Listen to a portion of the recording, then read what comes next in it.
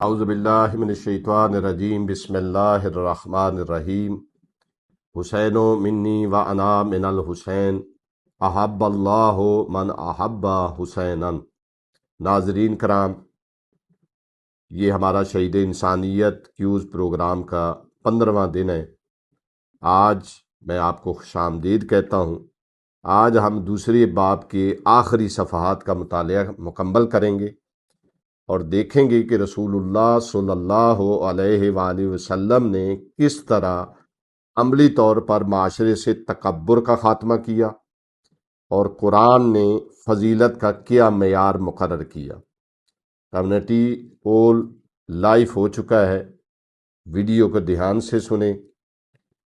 ناظرین، علامہ نکن صاحب لکھتے ہیں کہ اسلام نے خاندانی اور قبائلی فخر کو مٹانے کے لیے قرآن مجید کی یہ آیت نازل فرمائی، ان اکرمکم عند اللہ اتقاکم، یعنی اللہ کے نزدیک تم میں سے سب سے زیادہ عزت والا وہ ہے جو سب سے زیادہ پرہیزگار ہو۔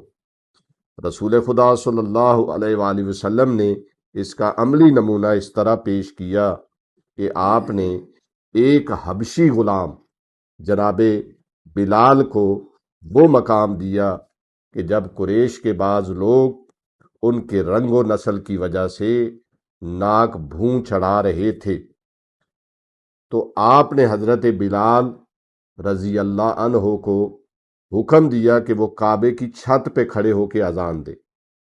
کتاب کے آخر میں علامہ صاحب ابن سعد کی طبقات کا حوالہ دے کر حضور صلی اللہ علیہ وآلہ وسلم کی سیاسی اور مذہبی قیادت پر روشنی ڈالتے ہیں۔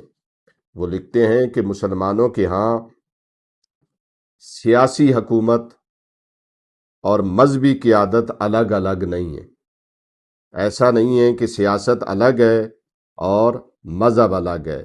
سیاسی حکومت اور مذہبی قیادت ایک ہی ہے، یہ الگ الگ نہیں ہو سکتی، بلکہ یہ دونوں حضور کی ذات گرامی میں جمع تھیں۔ آپ کی سیاسی قیادت کا دار و مدار عدل و انصاف پر تھا۔ آپ کبھی بادشاہ بن کر سامنے نہیں رہے، بلکہ آپ کی سادگی کا یہ عالم تھا کہ جب ایک شخص آپ صلی اللہ علیہ وآلہ وسلم کی خدمت میں حاضر ہوا تو آپ کے روب سے کانپنے لگا، تو رحمت عالم نے مسکرا کر فرمایا، اپنے آپ میں اور میرے میں کوئی بادشاہ نہیں ہوں۔ فرمایا، اپنے آپے میں آؤ، اپنے آپے میں آؤ، میں کوئی بادشاہ نہیں ہوں۔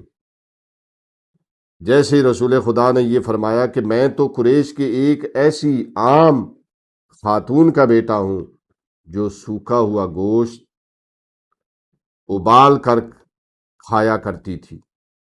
یہ تھی وہ نبوی قیادت جس نے دلوں کو فتح کیا، اور اسی کردار کا وارث بن کر امام حسین علیہ السلام کربلا کے میدان میں نکلے تھے۔ ناظرین، یہ واقعہ ہمیں سکھاتا ہے کہ اسلام میں اصل طاقت عاجزی اور تقوی ہے۔ آئیے چلتے ہیں آج کے آخری سوال کی طرف۔ فوراً کمیونٹی ٹیب میں جائیے اور صحیح جواب پر کلک کیجئے۔ اگلے باب کے صفحات کے ساتھ کل دوبارہ انشاءاللہ ملاقات ہوگی۔ وآخر دعوانا ان الحمدللہ رب العالمین۔